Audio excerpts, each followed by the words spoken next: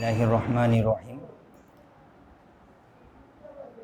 উপস্থিত সম্মানিত ডাক্তার বন্ধুগণ, আজকে আমরা আলোচনা করব অত্যন্ত একটি ইম্পর্টেন্ট মেডিসিন, সেটি হচ্ছে ক্যালকেরিয়া কার্ব।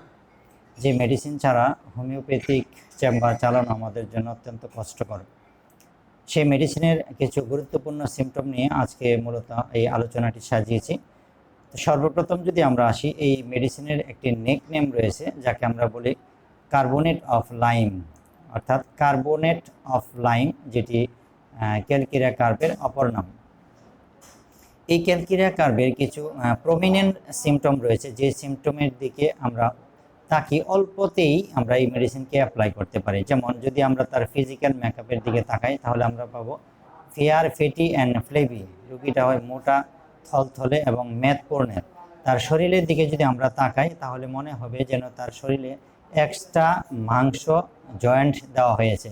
নাদোষ নুদোষ চেহারা, অর্থাৎ হাতের দিকে তাকালে মনে হবে যে এক্সট্রা মাংস জয়েন্ট করানো, তার পেটের দিকে, তার ঘাড়ের দিকে, অর্থাৎ তার শরীরের সমস্ত জায়গায় মনে হবে দেখলে যেন অতিরিক্ত মাংস বা এক্সট্রা মাংস জোড়া লাগানো হয়েছে। এই ধরনের ব্যক্তি যদি আমরা দেখতে পাই, তাহলে আমরা প্রথম চান্সেই ক্যালকেরিয়া কার্ব এই মেডিসিনকে স্মরণ করতে পারি। গ্রাফাইটিস পালসিটিলা এবং কেলিকার্ব, থুজা, অন্যান্য মেডিসিনও রয়েছে। পরবর্তীতে আমরা যদি আসি, এই রোগীর আমরা দেখব মাথার মাঝে প্রচণ্ড ঘাম হয়, মাথা এবং ঘাড়ে প্রচণ্ড পরিমাণ ঘাম হয়, যে ঘামে সাধারণত তার যে বালিশে সে রাত্রেবেলা শোয়, সেই বালিশটা অনেক সময় ভিজে যায়। তো এরকম টেন্ডেন্সি আমরা দেখতে পাই। অবিসিটি টেন্ডেন্সি থাকে, প্রচণ্ড পরিমাণে তার মোটা হওয়ার প্রবণতা, যে বিষয়টি আগেই বলেছি। চিলি পেশেন্ট, প্রচণ্ড শীত কাতরে রোগী।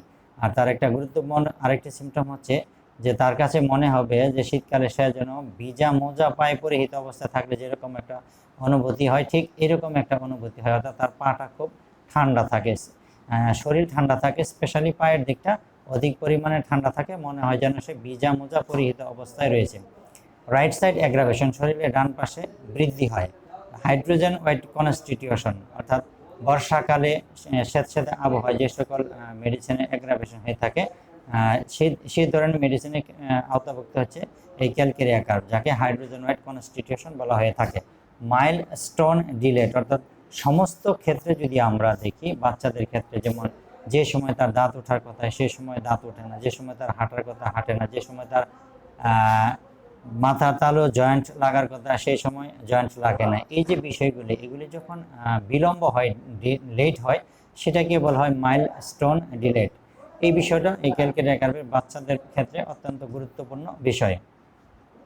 তার মুখের দিকে যদি আমরা তাকাই, তাহলে দেখবো যে তার ফেসটা অত্যন্ত ওয়েলি, অর্থাৎ তেলতেলে ভাব, যেটা নেট্রামিউর এবং থুজা মেডিসিনের ক্ষেত্রে আমরা দেখতে পাই। তারপর তার সমস্ত ডিসচার্জের ক্ষেত্রে আমরা একটা টক টক ভাব পরিলক্ষিত এই বিষয়টা পেয়ে থাকি। যে বিষয়টা বলেছি যে অল বডি কোল্ডনেস সেন্সেশন, তার শরীরেতে হাত দিলে মনে হয় খুব ঠান্ডা অনুভূত হয়, স্পেশালি পায়ের দিকটা আমরা বেশি ঠান্ডা অনুভব এরকম দেখতে পাই। বামের সোল, হাতে পায়ের তলায় আমরা যদি লক্ষ্য করি, তাহলে দেখবো যে বামের সোল কি হয়, ঘাম হয়, সোয়েট হয়, প্রচুর পরিমাণে ঘাম, এই বিষয়টা আমরা দেখতে পাই। এবং আমরা যদি আরও খেয়াল করি যে ডিজার্ভের ক্ষেত্রে আমরা যদি লক্ষ্য করি যে ডিজার ফর এগ, ডিম খাওয়ার প্রচণ্ড তার আকাঙ্ক্ষা থাকে। ডিজার ফর সল্ট, লবণ খাওয়ার আকাঙ্ক্ষা থাকে। ডিজার ফর মিট, মাংস খাওয়ার প্রচণ্ড তার চাহিদা থাকে। তো এই বিষয়গুলি আমরা এই ক্যালকেরিয়া কার্বের ক্ষেত্রে খুবই সহজে দেখতে পাই। আর অ্যাভার্সনের ক্ষেত্রে যদি যাই, আমরা অ্যাভার্সনের ক্ষেত্রে পাবো যে aversion two milk or question, তারা কি দুধ খেতে অপছন্দ করে, এবং মহিলা মানুষের ক্ষেত্রে স্পেশালি তারা মেলামেশার ক্ষেত্রে একটা অনীহা থাকে, সেটাকে আমরা গ্রাফাইটিসের মাঝে এই সিমটমটা দেখে থাকি। আমরা বলেছি যে sweat প্রফিউস, specially head and neck, তার শরীরে ঘাম হয় প্রচুর, মাথা এবং ঘাড়ের মাঝে প্রচুর ঘাম হয়, এবং সেই ঘামে তার বালিশ ভিজে যায়। এই বিষয়টা খুবই গুরুত্ব দিয়ে আমরা ব্যবহার করতে পারি। আমরা যদি এমিলেশনের ক্ষেত্রে যাই, তাহলে দেখব যে এই রোগীর প্রেশার এমিলেশন অ্যান্ড হট অ্যাপ্লাই এমিলিগেশন, তার চাপে এবং গরম প্রয়োগে তার আরাম অনুভব করে, এই মেডিসিনের ক্ষেত্রে আমরা সহজে দেখতে পাই। কেসেস কোল ভেরি ইজিলি, সহজে সর্দি কাশি লাগার একটা টেন্ডেন্সি এই ক্যালকেরিয়া কার্বের মেডিসিনে আমরা পেয়ে থাকি। তারপর যদি আমরা আসি যে fear of darkness, fear of ghost, fear of alone, এই বিষয়গুলো আমরা দেখতে। ফিয়ার অফ ডার্কনেস, অন্ধকারের ভয় থাকে। ফিয়ার অফ গোস্ট, ভূতের ভয় থাকে। ফিয়ার অফ অ্যালন, একা থাকার ভয় থাকে। এবং ফিয়ার অফ ডিজিজ, তার রোগের ক্ষেত্রে প্রচণ্ড ভয়, রোগের ভয় তার ভিতরে কাজ করে থাকে। আমরা জানি কনস্টিপেশন থাকে, কখনো কখনো কনস্টিপেশন এন্ড ডায়রিক থাকে। কখনো কখনো যে আমরা খেয়াল করি, আমরা দেখবো যে এই পেশেন্টের ক্ষেত্রে অত্যন্ত কনস্টিপেশন থাকে, 3, 4, 5 দিন পর্যন্ত থাকে, এবং কোনো কোনো ক্ষেত্রে ডায়রিক বা পাতলা পায়খানা হওয়ার একটা প্রবণতা আমরা খুঁজে পাই। তারপরে হচ্ছে লুজ ডিস অ্যামিলিরেশন, স্পেশালি ওয়েস্ট, অর্থাৎ যদি তার রিস্টের ক্ষেত্রে, কোমরের ক্ষেত্রে আমরা যদি দেখি যে সে ঢিলাঢালা কাপড় পরতে পছন্দ করে, যে বিষয়টা ল্যাকেসিসের ক্ষেত্রে আমরা খুঁজে পাই। তাহলে যদি ঢিলা কাপড় পরতে পছন্দ করে, তাহলে আমরা দুটি মেডিসিনকে বেশি গুরুত্ব দিয়ে থাকি, ল্যাকেসিস এবং আরেকটি মেডিসিন হচ্ছে ক্যালকেরিয়া কার্ভ।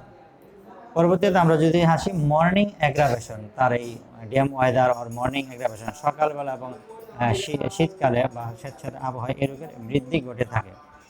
মাইন্ড সিমটমে যদি আমরা লক্ষ্য করি, আমরা পাবো যে অত্যন্ত ফিয়ারফুল, নার্ভাস স্বভাব, অর্থাৎ ভীত সন্ত্রস্ত, এই ধরনের টেন্ডেন্সি এই মেডিসিনের ক্ষেত্রে আমরা দেখে থাকি। অ্যাংজাইটি কাজ করে তার ভিতরে, অত্যন্ত দুশ্চিন্তা আমরা দেখতে পাই। চাইল্ডিশ বিহেভিয়ার, শিশু সুলভ ব্যবহার করে, ভ্যারাইটা কার্ভের মধ্যে আমরা এই সিমটমটাও দেখেছি। ডুয়েলস অন পাস্ট ডিসএগ্রেবল অকারেন্সেস, অতীত জীবনে ঘটে যাওয়া কোনো ঘটনার কথা মনে করে সে মনের মাঝে প্রচণ্ড দুঃখ কষ্ট পায়, যেটা ন্যাক্টামিওরের মাঝে আমরা পেয়ে থাকি। তাহলে ন্যাক্টামিওর এবং ক্যালকেরিয়া কার্ভ, এই দুটি মেডিসিনের ক্ষেত্রে আমরা এই সিমটমটা পাবো। তো সম্মানিত বন্ধুগণ, এইভাবে যদি আমরা প্রত্যেকটি মেডিসিনের গুরুত্বপূর্ণ সিমটমগুলি কালেক্ট করে আমাদের প্র্যাকটিস জীবনে কাজে লাগাই, তাহলে অতি সহজে একটি মেডিসিনকে আমরা আয়ত্ত করে রোগীকে সহজেই রিলিফ দিতে পারবো। তো এইভাবে আমি আমার চ্যানেলে, ইউটিউব চ্যানেলে এবং ফেসবুকে প্রত্যেকটা মেডিসিনকে সীমিত পরিসরে এবং অত্যন্ত গুরুত্বপূর্ণ সিমটম দিয়ে আলোচনা করব। যাদের আলোচনাটি ভালো লাগে নিজে শুনবেন এবং অপরের কাছে পৌঁছে দিবেন, এবং চ্যানেলটিকে সাবস্ক্রাইব করে রাখবেন। এই আশাবাদ ব্যক্ত করে সবার সুস্বাস্থ্য এবং উজ্জ্বল জীবন কামনা করে আজকে আলোচনা শেষ করছি। আসসালামু আলাইকুম ওয়া রাহমাতুল্লাহ।